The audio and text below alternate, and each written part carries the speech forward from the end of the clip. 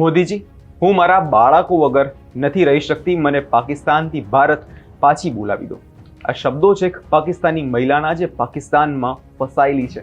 શું ને સમગ્ર મામલો તેની વિગતે ચર્ચા કરીશું. નમસ્કાર, હું છું પ્રથમ મોદી, આપ જોઈ રહ્યા છો નિર્ભય ન્યૂઝ. પાકિસ્તાનથી વડાપ્રધાન નરેન્દ્ર મોદીને આજીજી કરેલી આ મહિલા કોણ છે અને ત્યાં કેવી રીતે ફસાઈ છે, તમને પણ આ વાતનો અત્યારે હાલ વિચાર કરી રહ્યા છો. આ મામલાની જો વાત કરીએ તો મહિલાનું નામ રેહાના છે. પરિણીતા પાકિસ્તાનમાં પરિવારમાં એક મુશ્કેલીમાં છે, જેમાં વિઝા ન મળતા પરિણીતા પાકિસ્તાનમાં ફસાઈ છે. એક રાજકોટની જે પરિણીતા છે તે સરકારને પરત ભારત આવવા માટે અત્યારે વિનંતી કરી રહી છે. જેમાં રેહાના કરાચીની જે એક રાજકોટમાં તેમના લગ્ન થયા હતા, રેહાનાના પતિ પરવેઝ શેખ તે પોતાની આપવીતી જણાવે છે આ મામલામાં, જેમાં કરાચીમાં ફસાયેલી પત્નીને પરત લાવવા અત્યારે માંગ કરવામાં આવી રહી છે. સમગ્ર ઘટનાની જો વાત કરીએ તો રાજકોટમાં રહેતા અને એસીના કામ ધંધા સાથે જોડાયેલા પરવેઝ શેખના લગ્ન આજથી 10 વર્ષ પહેલા એટલે કે 2015માં રેહાના સાથે થયા હતા, જે મૂળ પાકિસ્તાનના કરાચીની રહેવાસી હતી. તેમનો પરિવાર પાકિસ્તાનથી રાજકોટ આવ્યો અને રાજકોટમાં તેમના લગ્ન થયા હતા. જે બાદ રેહાના ભારત સરકારના નિયમોનું પાલન કરીને વિઝા સહિતની પ્રોસિજર પૂર્ણ કરીને તેમના પતિ સાથે ભારતમાં રહેવા લાગી હતી. પરંતુ 2022માં તેમના વિઝા પૂર્ણ થતા ભારત સરકાર દ્વારા તેમને પાછા પાકિસ્તાનમાં જઈને વિઝાની પ્રોસેસ પૂર્ણ કરવાની જે સૂચના આપવામાં આવી હતી. આથી રેહાના અહેમદ 2022માં ડિસેમ્બર મહિનાના અંતમાં તે પાકિસ્તાન ગઈ અને તે સમયે તેમના પતિ અને તેમના 2 નાના બાળકો પણ તેમની સાથે પાકિસ્તાન ગયા હતા. આ રહી વાત, જેમાં પાકિસ્તાન પહોંચ્યા બાદ રેહાનાએ વિઝા માટેની પ્રક્રિયા શરૂ કરી દીધી અને જે તે સમયે તેમના પતિ અને તેમના બાળકો પણ પાકિસ્તાનમાં કરાચીમાં લગભગ તે છે જોવા જઈએ તો 2.5 મહિના સુધી ત્યાં રોકાયા હતા.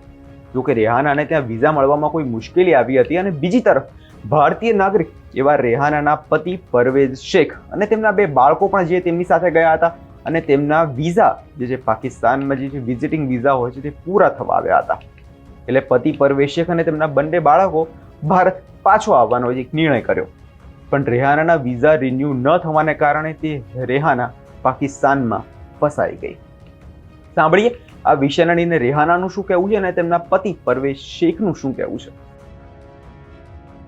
अस्सलामुअलैकुम, मैं रेहाना परवेज़ शेख. मेरी इंडिया में शादी हुई. मैं पाकिस्तान पासपोर्ट बनाने के लिए आई थी. 3 साल से वीज़े के लिए अप्लाई करूँ, वीज़ा नहीं मिल रहा. चौथी मरतबा वीज़े के लिए अप्लाई करी तो ये माहौल हो चुका है. इंडिया और पाकिस्तान के बीच में जो मसला हुआ है उससे हमें बहुत अफसोस है इस चीज़ का. पर हमारा क्या कसूर है, मेरे बच्चों का क्या कसूर है. मुझे अभी इंडिया वापस जाना है. मुझे मेरे बच्चों, मेरे शोहर की ज़रूरत है, उन्हें मेरी ज़रूरत है. मुझे आप लोग के सपोर्ट की ज़रूरत है. प्लीज़ मुझे मेरे बच्चों से, मेरे शोहर से जुदा मत करें. मैं एक माँ हूँ, मुझे मेरे बच्चों की बहुत ज़रूरत है. मैं वीडियो नहीं बनाना चाह रही थी, पर अभी जो माहौल हो गया उसके हिसाब से मैं अपने बच्चों के बगैर एक सेकंड क्या एक पल भी नहीं रह सकती. 3 साल जो मैंने निकाले मेरे बच्चों के बगैर, वो मेरा दिल नहीं जानता कि मैंने कैसे निकाले हैं. प्लीज़ मुझे मेरे बच्चों के पास जाना है. मैं अपनी पाकिस्तान गवर्नमेंट से भी रिक्वेस्ट कर रही हूँ और इंडिया गवर्नमेंट से भी रिक्वेस्ट कर रही हूँ. प्लीज़ ये सब ऐसा मत करें. हमारा क्या कसूर है, मेरे बच्चों का क्या कसूर है. प्लीज़ मोदी जी मुझे वापस इंडिया बुला लीजिए. मेरे बच्चे मेरे बगैर नहीं रह सकते. मेरी बच्ची, मेरी बेटी उसकी खाला के घर पर है. मेरा बेटा मेरी सास के पास है, उनकी भी तबीयत सही नहीं रहती है. क्या कसूर है हमारा कि हमने इंडिया में शादी की, ये हमारा कसूर है. प्लीज़ ऐसा जुल्म मत करें हम पर. આપનું નામ? મારું નામ પરવેઝ શેખ. પરેશભાઈ, આપના પત્ની એક પાકિસ્તાનના કરાચીમાં ફસાયા છે. કેટલા સમયથી ફસાયા છે અને હાલ કઈ ઘર કઈ રીતના ચલાવી રહ્યા છો, શું કહેશો? એ 3 વર્ષથી અહીંયા ફસાયેલી છે. એને આપણે ઇન્ડિયા ગવર્મેન્ટ વિઝા નથી આપતું. એને હવે શું કારણે નથી આપતું પૂછવા જાઉં છું મેડમને. અહીંયા આપણે રેસકોર્સમાં કમિશનર ઓફિસમાં છે પાસપોર્ટ વિભાગ ત્યાં. તો મેડમ એમ કહે છે કે અમને ના ખબર હોય કે તમે કે ઉપર તપાસ કરો. હવે એ ઉપર કે મેં કીધું ક્યાં જાઓ તો કે દિલ્હી જાઓ કે તમે હાઈ કમિશનમાં. ત્યાં પણ ગયો હું દિલ્હીમાં મને એમ કહે છે કે એ અમને ના ખબર હોય કે તમે કે પાછા કે રાજકોટ, ગુજરાત રાજકોટ જાવ કે ત્યાંથી તમે કે પેપર મોકલો તમારી વાઈફને. એ લોકો પેપર મોકલશે, તમે કે પેપર મોકલો ત્યાંથી કે પાસપોર્ટને બધું જમા કરાવશે. તો એ કે અમારી પાસે આવશે ને તો અમે કે વિઝા દેશું એને. 3 ફેરી એ લોકો કરે છે, 3 ફેરીથી વિઝા નથી લાગ્યું એને. આપના મેરેજ ક્યારે થયા હતા અને ત્યારબાદ હાલ આખું કઈ રીતનું મારે 2015માં મારું મેરેજ થયું છે. અહીંયા રાજકોટમાં જ મેરેજ થયા છે. એ લોકો અહીંયા આવ્યા હતા તો રાજકોટમાં જ મેરેજ થયા છે મારે.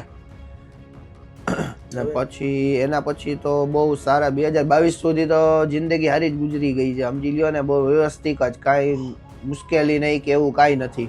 પછી 2022 પછી 3 વર્ષ જે છે એ બહુ મુશ્કેલના ગુજરા છે જી મારા માટે. તો બાળકોને પરવરિશ કરવી કેટલી મુશ્કેલ થતી હોય છે, માના પ્રેમથી હોણા બાળકો છે અત્યારે સુધી?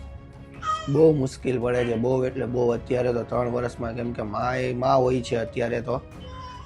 અત્યારે મારી બેન છે એટલે મને એટલી બધી કંઈ આમ ટેન્શન જેવું નથી, કેમ કે મારી મમ્મી છે, મારા બેન છે. મારા મમ્મી પણ બહુ કામ નથી કરી શકતા, એને ભાઈ હાફ પેરેલિસ છે એટલે એનો અડધો શરીર તો ખોટો છે, એ વધારે કામ નથી કરી શકતા. મારી છોકરી સવારે નિશાળે જઈએ, હવે એને તૈયાર કરવા મારી બેન ઉઠે છે, એની પણ નાની બાળકી સાવ નાની છે એની, તો એ બધું કરે છે.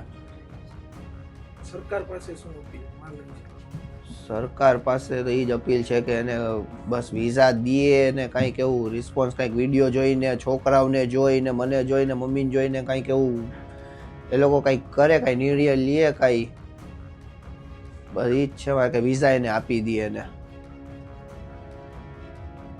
પરવેશ શેખે રાજકોટ કલેક્ટર ઓફિસમાં અનેક વખત રજૂઆતો કરી. રાજકોટ કલેક્ટર ઓફિસમાં એવો જવાબ મળ્યો કે અમારાથી કંઈ નહીં થાય, તમે પાકિસ્તાન એમ્બેસી જાઓ. આથી પરવેશ શેખ દિલ્હી સ્થિત પાકિસ્તાન એમ્બેસી ખાતે સમગ્ર મામલે અપીલ પણ કરી હતી અને કરાચીમાં ફસાયેલી પત્નીને પાછી લાવવા માટે વિઝા રિન્યુના જરૂરી ડોક્યુમેન્ટ્સ આપીને જીઓ કરી હતી. તેમણે કહ્યું કે 3 વખત મેં એમ્બેસીમાં પેપરો મોકલ્યા પણ કોઈ જવાબ આપતું નથી. ઇસ્લામાબાદવાળા મોકલવામાં તૈયાર છે પણ તેઓ કહે છે કે ભારત સરકાર અમને ડોક્યુમેન્ટ આગળ મોકલે તો અમે કોઈક આગળ કાર્યવાહી કરીએ. પરવેશ શેખ ભારત સરકારને અપીલ કરી છે કે જે ડોક્યુમેન્ટ જોઈએ હું આપવા તૈયાર છું. મારી પત્ની સાથે મને મળાવો, મારા બાળકો છે તેમની માતા સાથે મળવા માંગે છે, મારી પાસે બધા જ પુરાવા છે, લગ્નના ફોટા છે, લગ્નના સર્ટિફિકેટ છે અને મારા દીકરાઓના આધાર કાર્ડ છે. ગમે તે કરીને તે ખાલી માતાને તેમના બાળકો સાથે મળાવી આપો. પરવેશ શેખનું કહેવું છે બોર્ડર બંધ છે પણ ક્યારે ખુલશે કોને ખબર. ઓપરેશન સિંદૂરથી બધું કડક થઈ ગયું છે પણ એમાં અમારા પરિવારનો શું વાંક છે, મારા બાળકોનો શું વાંક છે? તેમાં તેમની માતા આતુરતાથી રોજ રાહ જુએ છે કે ક્યારે તે પોતાના બાળકોને મળે. રસ્તા ખુલે તો હું ફરીથી કરાચી જવા પણ તૈયાર છું. હું વકીલ અને કોર્ટનો સહારો લેવા માટે તૈયાર છું. ગમે તે કરીને મારી પત્નીને, બાળકોને, માતાને ભારત પરત લાવવા તમામ તૈયારી છે. આ મુદ્દે મારે હાઈકોર્ટ અને સુપ્રીમ કોર્ટ સુધી જવું પડશે તો પણ જઈશ. આ શબ્દો છે તે પતિ પરવેશ શેખના. હવે આ વિષયને લઈને તમારો શું અભિપ્રાય છે તેમને કમેન્ટ કરી ચોક્કસથી જણાવજો અને અમારી ચેનલ નિર્ભય ન્યૂઝને લાઇક, શેર અને સબસ્ક્રાઇબ કરવાનું ભૂલશો નહીં.